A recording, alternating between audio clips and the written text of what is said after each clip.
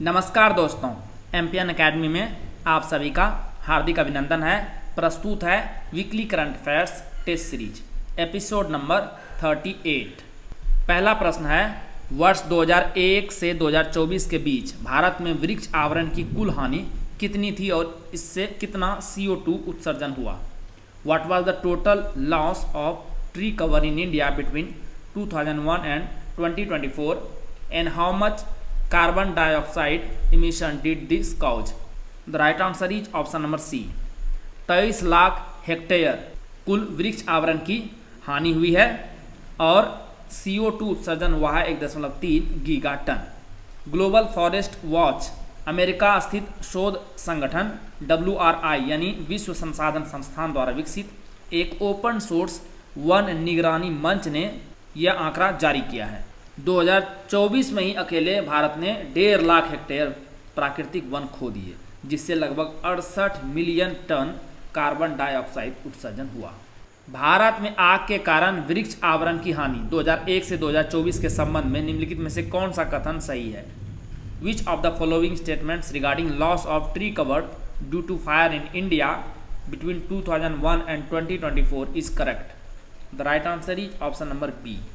कुल हानि 36,200 हेक्टेयर थी, जिसमें अधिकतम हानि हुई है 2008 में। प्राथमिक वनों की हानि 2023 में 17,700 हेक्टेयर थी, जो 2024 में बढ़कर 18,200 हेक्टेयर हो गई। 2002 से 2024 के बीच भारत में 3,48,000 हेक्टेयर, जो कि प्रतिशत में देखेंगे तो 5.4% आर्द्र प्राथमिक वनों का क्षरण हुआ है, जो कुल वृक्ष आवरण हानि का 15% है। भारत सरकार ने सकल घरेलू उत्पाद GDP की गणना के लिए नया आधार वर्ष क्या घोषित किया है? What did the Indian government declare a new base year for calculating gross domestic product GDP? The right answer is option number B. 2022-23 इसे फरवरी 2026 को जारी किया जाएगा। इससे पहले आधार वर्ष 2011-12 था। राष्ट्रीय लेखा सांख्यिकी सलाहकार समिति, जिसके अध्यक्ष कौन है? विश्वनाथ गोल्डर, को नए डेटा स्रोतों की पहचान करने और राष्ट्रीय लेखा संकलन की कार्यप्रणाली को परिष्कृत करने के लिए गठित किया गया है। NSO यानी राष्ट्रीय सांख्यिकी कार्यालय सांख्यिकी और कार्यक्रम कार्यान्वयन मंत्रालय के तहत GDP की गणना और आधार वर्ष संशोधन के लिए जिम्मेदार है। ग्रीन सोसाइटी ऑफ इंडिया द्वारा सर्वाधिक प्रभावशाली पर्यावरणविद 2025 पुरस्कार से किसे सम्मानित किया गया है? Who has been awarded the most influential Environmentalist 2025 award by the Green Society of India? The right answer is option number B. आचार्य प्रशांत। इन्हें यह पुरस्कार आध्यात्मिक स्पष्टता को पर्यावरण जागरूकता के साथ एकीकृत करने और लाखों लोगों को अधिक टिकाऊ जीवन शैली अपनाने के लिए प्रेरित करने में इनके उत्कृष्ट योगदान के लिए विश्व पर्यावरण दिवस को दिया गया। यह पुरस्कार विश्व पर्यावरण सम्मेलन 2025 के दौरान ग्रेटर नोएडा में आयोजित एक समारोह में प्रदान किया गया। आचार्य प्रशांत ने ही जलवायु संकट से निपटने के लिए कौन सा अभियान शुरू किया है? Which campaign has been launched by Acharya Prashant to tackle the climate crisis? The right answer is option number C, operation 2030।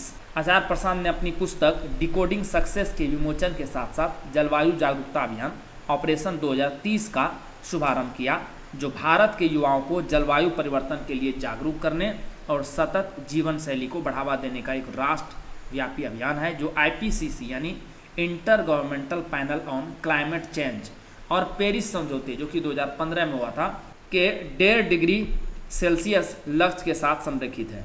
इस मिशन का उद्देश्य 2030 तक जलवायु कार्रवाई की आवश्यकता के लिए युवाओं को जागरूक करना है, जो कि IPCC और पेरिस समझौते द्वारा निर्धारित समय सीमा है। यदि आपको 71वीं BPSC प्रीलिम्स एग्जाम के लिए करंट अफेयर्स का PDF चाहिए तो यहाँ पर जानकारी दी जा रही है। लेकिन आइए सबसे पहले जानते हैं कि एमपीएन एकेडमी ऐप ही क्यों, क्योंकि हमने करके दिखाया है।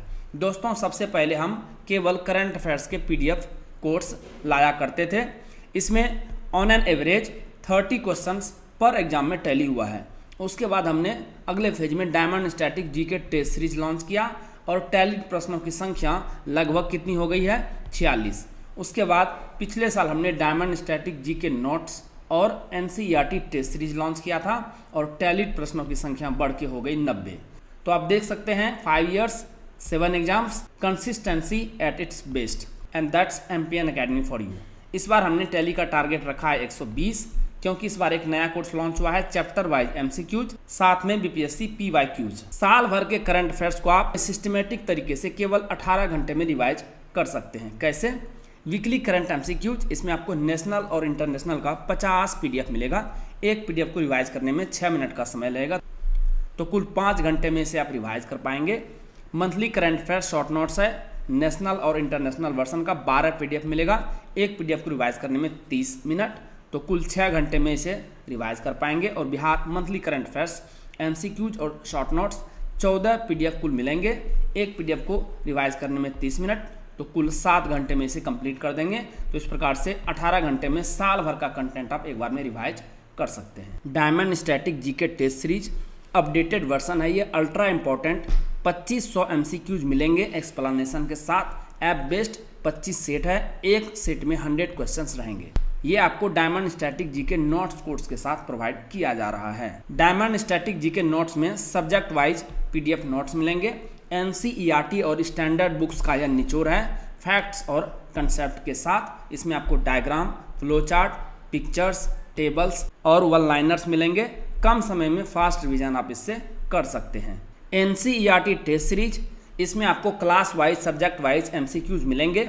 ऐप बेस्ड 100 एमसीक्यूज का 37 प्रश्नावली है, 33% नेगेटिव मार्क के साथ। इसमें आपको सभी विषय के एमसीक्यूज मिलेंगे। चैप्टर वाइज एमसीक्यूज और बीपीएससी पीवाईक्यूज का कंबाइंड कोर्स है डिस्क्रिप्शन के साथ। इसमें आपको 2 कोर्सेज मिलेंगे, chapter wise MCQs, app based real time test है, और साथ में BPSC previous year question paper PDF के रूप में 39वीं से लेकर 70वीं बीपीएससी के क्वेश्चंस आपको मिलेंगे डिस्क्रिप्शन के साथ। आपको ये पीडीएफ नोट्स और टेस्ट सीरीज मिलेगा कैसे? गूगल प्ले स्टोर पर टाइप कीजिए एमपीएन अकेडमी, वहाँ पर इस प्रकार का लोगो दिख जाएगा। ऐप को इंस्टॉल कीजिए, ओटीपी के साथ लॉगिन कीजिए और स्टोर सेक्शन में जाइए। वहाँ पर आपको 4 प्रकार के कोर्स मिलेंगे, डायमंड स्टैटिक जीके नोट्स और टेस्ट सीरीज एक साथ में, current affairs PDF, NCERT test series, और फिर चौथा chapter wise MCQs plus BPSC PYQs. Course पर क्लिक कीजिए, उसके बाद नीचे चले जाइए, आई एम इंटरेस्टेड पर क्लिक कीजिए। आपको मैसेज और व्हाट्सएप पर पेमेंट का लिंक मिल जाएगा। शुल्क का भुगतान करें और कोर्स कंटेंट आपको एमपीएन अकेडमी ऐप पर मिल जाएगा। दोस्तों, ये सभी कोर्स आपको हिंदी और इंग्लिश दोनों भाषाओं में अलग अलग ऐप पर उपलब्ध है। ऐप का लिंक आपको इस वीडियो के डिस्क्रिप्शन और पिंड कमेंट सेक्शन में भी मिल जाएगा, तो ध्यान से लैंग्वेज सेलेक्ट कीजिएगा। भारत का विमानन क्षेत्र विश्व में घरेलू यात्री यातायात के मामले में कौन सा स्थान रखता है? What is the rank of Indian aviation sector in the world in terms of domestic passenger traffic? Right answer is option number C, तीसरा स्थान। भारत अमेरिका और चीन के बाद तीसरा सबसे बड़ा घरेलू विमानन बाजार है, जो दक्षिण एशिया के 69% एयरलाइन यातायात का हिस्सा है। न्यूज़ में क्यों है? नागर विमानन मंत्रालय के अधीन नागर विमानन सुरक्षा ब्यूरो ने राष्ट्रीय सुरक्षा संबंधी चिंताओं का हवाला देते हुए भारत के प्रमुख हवाई अड्डों पर परिचालन कर रही तुर्की की हवाई अड्डा grounding handling company Celebi aviation का लाइसेंस रद्द कर दिया है। यह इसलिए किया गया है क्योंकि तुर्की ने पहलगाम आतंकी हमले के जवाब में भारत द्वारा संचालित ऑपरेशन सिंदूर के बाद पाकिस्तान का समर्थन किया था। भारत में यूरेशियन ओटर की संरक्षण स्थिति वन्यजीव संरक्षण अधिनियम 1972 के तहत क्या है? What is the conservation status of the Eurasian otter in India under the Wild Life Protection Act 1972? The right answer is option number B. यह अनुसूची 2 यानी शेड्यूल्ड सेकेंड के अंतर्गत आता है। यह इसे शिकार और व्यापार से संरक्षण प्रदान करता है। अभी न्यूज में क्यों है? यूरेशियन ओटर, सामान्यतः ओटर जिसे स्थानीय तौर पर वुडर के नाम से जाना जाता है, को 25 से 30 वर्ष बाद कश्मीर में देखा गया है। यह ऐतिहासिक रूप से दाची गांव, डल झील की सहायक नदियों रंबियारा धारा और लिद्दर नदी, जो कि पहलगाम में है, में पाया गया। यह यूरेशिया का मूल निवासी एक अर्ध जलीय मांसाहारी स्तनपायी है। यह नदी पारिस्थितिकी तंत्र में एक महत्वपूर्ण प्रजाति है, क्योंकि इसकी उपस्थिति स्वच्छ जल और स्वस्थ जलीय जैव विविधता का सूचक है। प्रधानमंत्री नरेंद्र मोदी की साइप्रस यात्रा पिछले कितने वर्षों में किसी भारतीय प्रधानमंत्री की पहली यात्रा थी? PM Narendra Modi's visit to Cyprus was the first visit by an Indian Prime Minister in how many years? The right answer is option number B. 23 वर्षों के बाद किसी प्रधानमंत्री की यह यात्रा हुई है।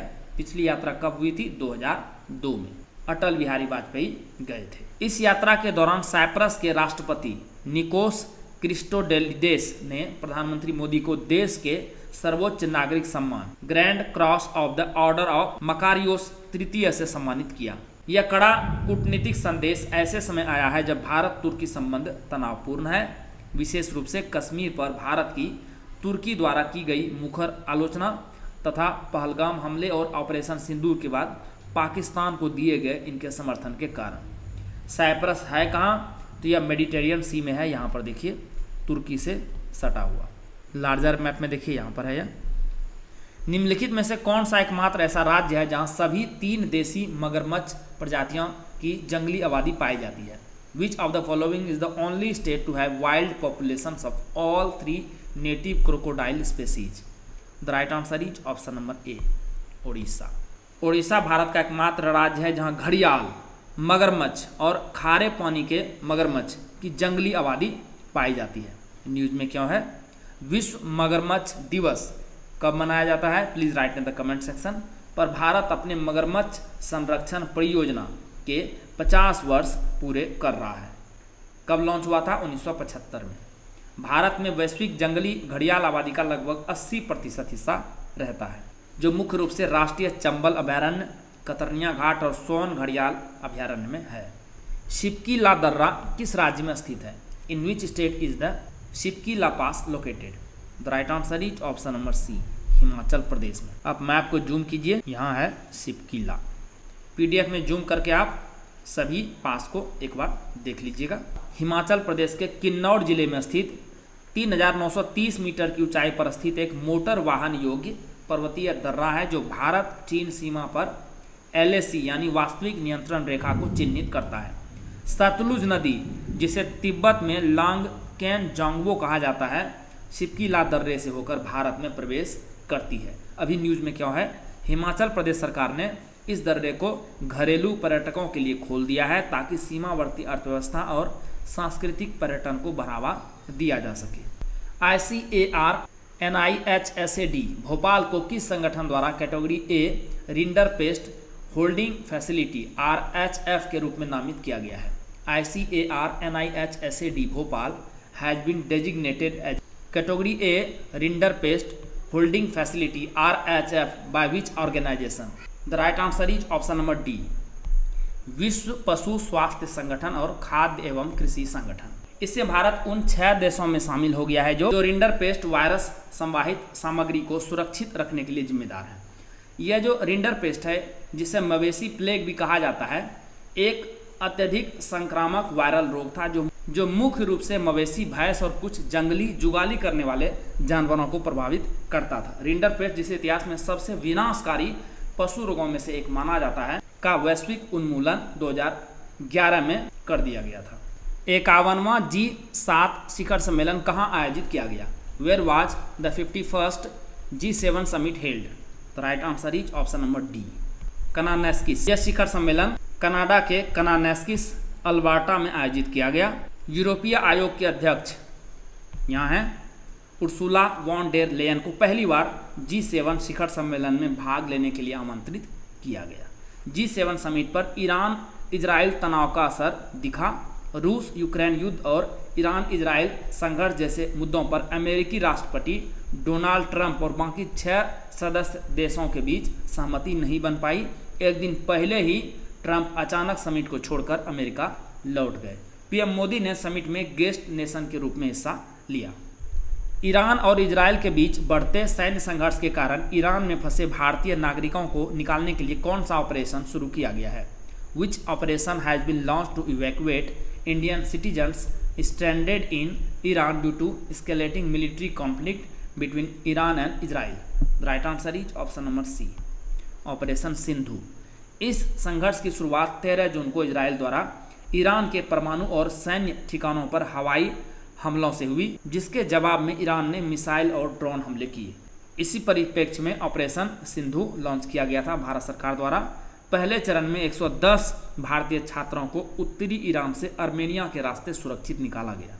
ईरान के साथ आर्मेनिया की 44 किलोमीटर लंबी सीमा, जो दुर्दुज अगारा क्रॉसिंग जो 730 किलोमीटर लंबे राजमार्ग द्वारा तेहरान से जुड़ी है, तीव्र भारतीय निकासी के लिए सबसे व्यवहारिक तथा सुरक्षित मार्ग प्रदान करती है। संशोधित ग्रीन इंडिया मिशन 2021 से 2030 का मुख्य लक्ष्य क्या है? What is the main goal of the revised Green India Mission 2021 to 2030? The right answer is option number C, 24 से 25 मिलियन हेक्टेयर में वन रोपण या पुनर्स्थापन। पर्यावरण, वन और जलवायु परिवर्तन मंत्रालय ने विश्व मरुस्थलीकरण और सूखा रोकथाम दिवस पर 2021-2030 के लिए संशोधित ग्रीन इंडिया मिशन योजना जारी की। 2014 के संस्करण में 5 उप मिशन थे। वन आवरण में सुधार, पारिस्थितिकी तंत्र की बहाली, शहरी हरियाली, कृषि, सामाजिक वानिकी और आर्द्र भूमि पुनर्स्थापन। वन आश्रित समुदायों की आजीविका संवर्धित संशोधित GIM में शामिल किया गया है। शक्ति अभ्यास 2025 का आयोजन स्थल कहाँ है? Where is the venue of Shakti अभ्यास 2025? The right answer is option number B, France. Shakti अभ्यास का 8वां संस्करण जो भारत और फ्रांस के बीच एक संयुक्त सैन्य अभ्यास है, 18 जून से 1 जुलाई 2025 तक ला कैवेलरी फ्रांस में आयोजित किया गया। यह भारत और फ्रांस की सेनाओं के बीच एक द्विवार्षिक प्रशिक्षण अभ्यास है।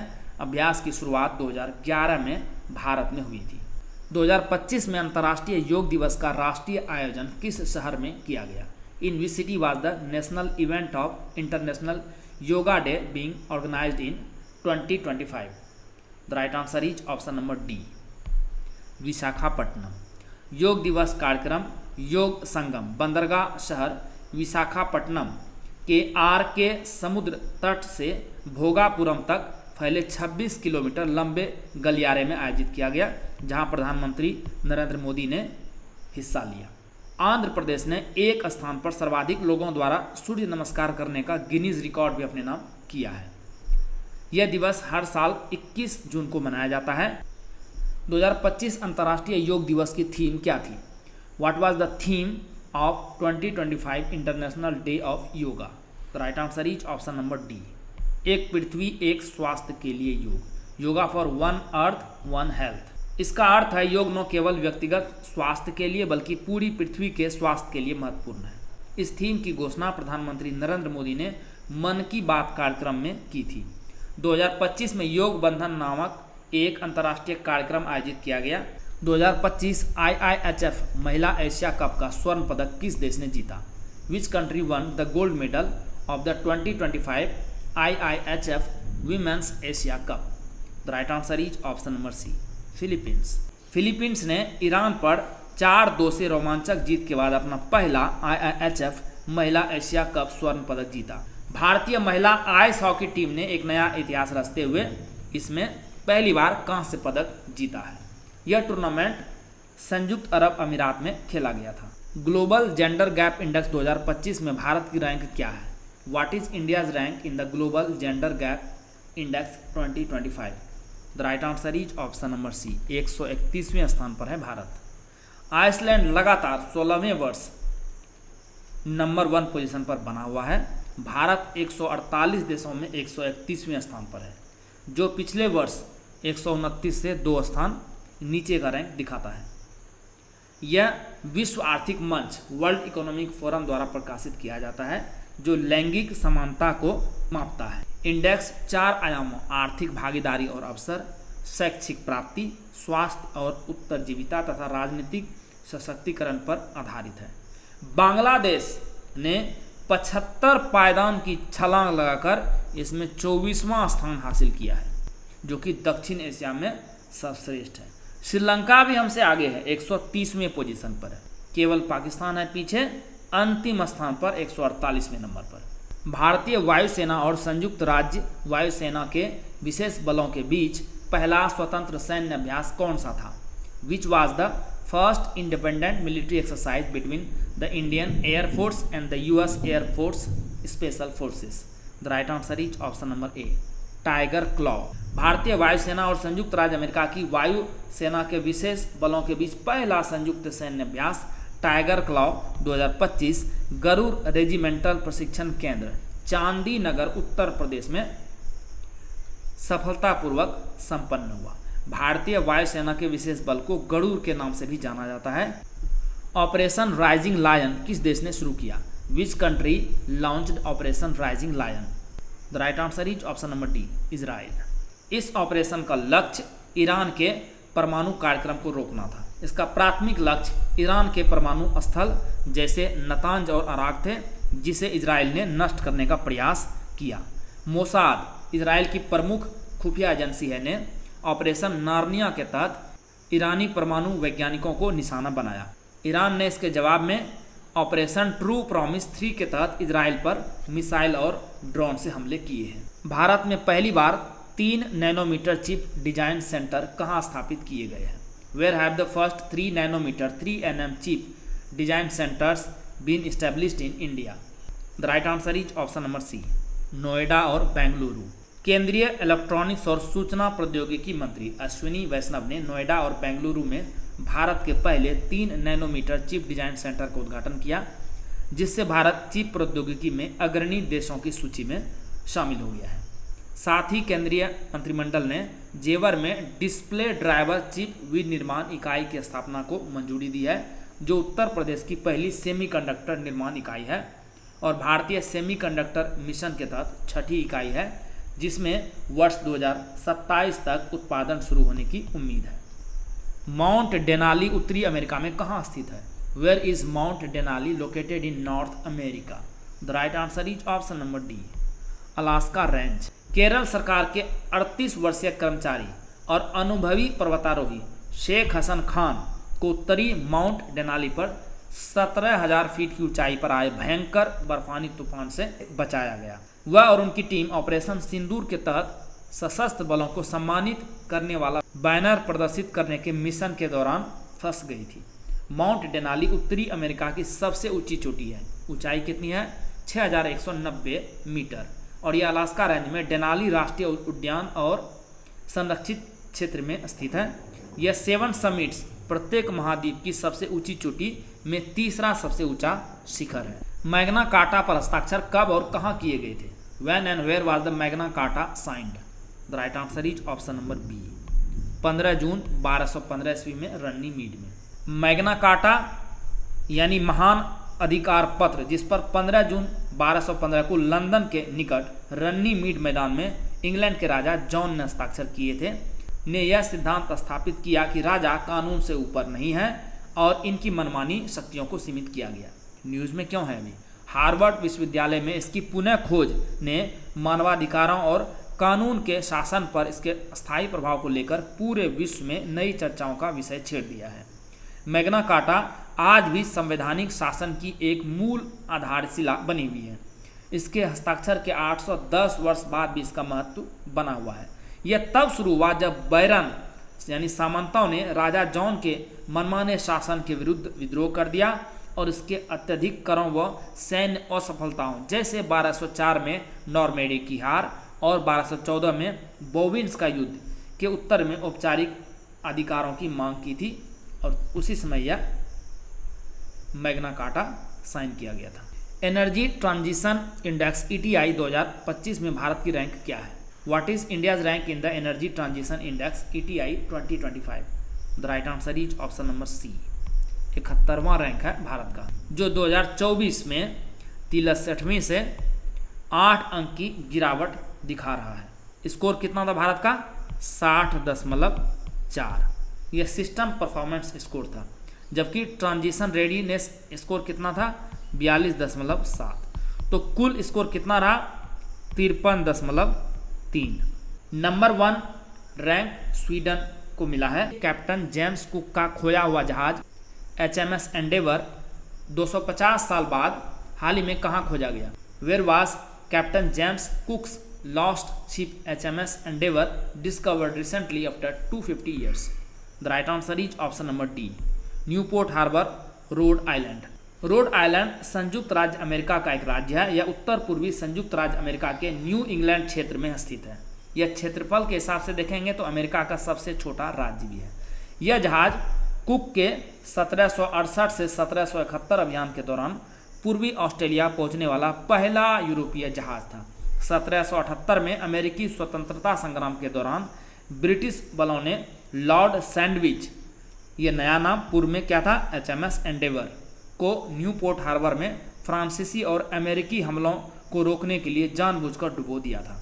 ऑस्ट्रेलियाई राष्ट्रीय समुद्री संग्रहालय ने 25 साल के पानी के नीचे अन्वेषण और वैश्विक शोध के बाद मलबे की पुष्टि की है। स्काईट्रैक्स वर्ल्ड एयरलाइन अवार्ड्स 2025 में विश्व की सर्वश्रेष्ठ एयरलाइन का पुरस्कार किसे मिला? Who won the world's best airline award at the Skytrax world airline award 2025? The right answer is option number A, Qatar Airways. Qatar Airways इस पुरस्कार को 26 वर्षों में 9वीं बार जीत चुकी है। यह पुरस्कार पेरिस एयर शो में घोषित किया गया। सिंगापुर एयरलाइंस को दूसरा स्थान मिला। साथ ही विश्व का सर्वश्रेष्ठ केबिन क्रू और सर्वश्रेष्ठ फर्स्ट क्लास का पुरस्कार भी इसे मिला है। भारत की एयर इंडिया को 84वां स्थान प्राप्त हुआ है, जिसका एक प्लेन अहमदाबाद में क्रैश हो गया था। इंडिगो एयरलाइन भारत की विश्व की तीसरी सबसे अच्छी लो कॉस्ट एयरलाइन का अवार्ड इसने जीता है। वित्त वर्ष 2025-26 के बजट में किस राज्य ने स्वास्थ्य क्षेत्र के लिए अपने बजट का 8% आवंटन किया, जो भारत में सबसे अधिक है? Which state allocated 8% of its budget to the health sector in the financial year 25-26 budget, the highest in India?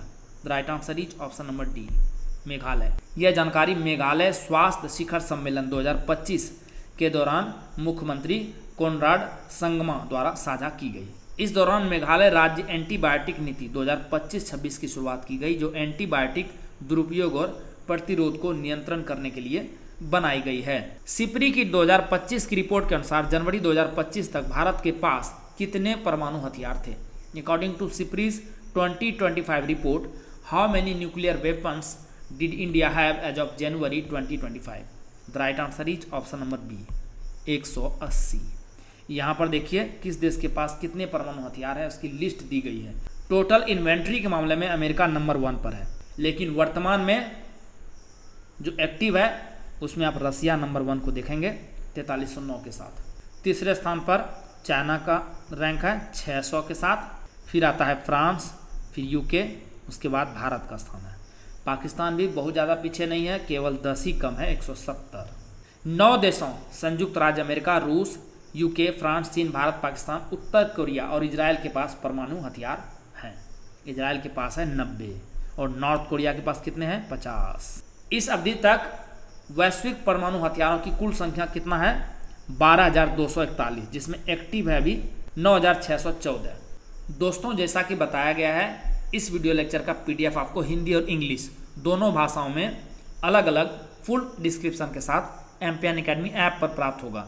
दोस्तों, आप इन PDF के सारे इस वीडियो लेक्चर को आसानी से लगभग 5 मिनट में रिवाइज कर पाएंगे, जिससे आपका बहुत सारा समय बचेगा, जिसे आप स्टैटिक पोर्शन पर खर्च कर सकते हैं और अपने टाइम को बेटर मैनेज कर सकते हैं। एम्पियन एकेडमी ऐप का लिंक आपको इस वीडियो के डिस्क्रिप्शन बॉक्स और पिन्ड कमेंट सेक्शन में मिल जाएगा। चलिए अंतिम प्रश्न को हल करते हैं। भारत के सबसे बड़े गति Shakti multi modal cargo terminal का उद्घाटन कहाँ किया गया है? Where has India largest Gati Shakti multi modal cargo terminal been inaugurated? The right answer is option number C, Gurugram.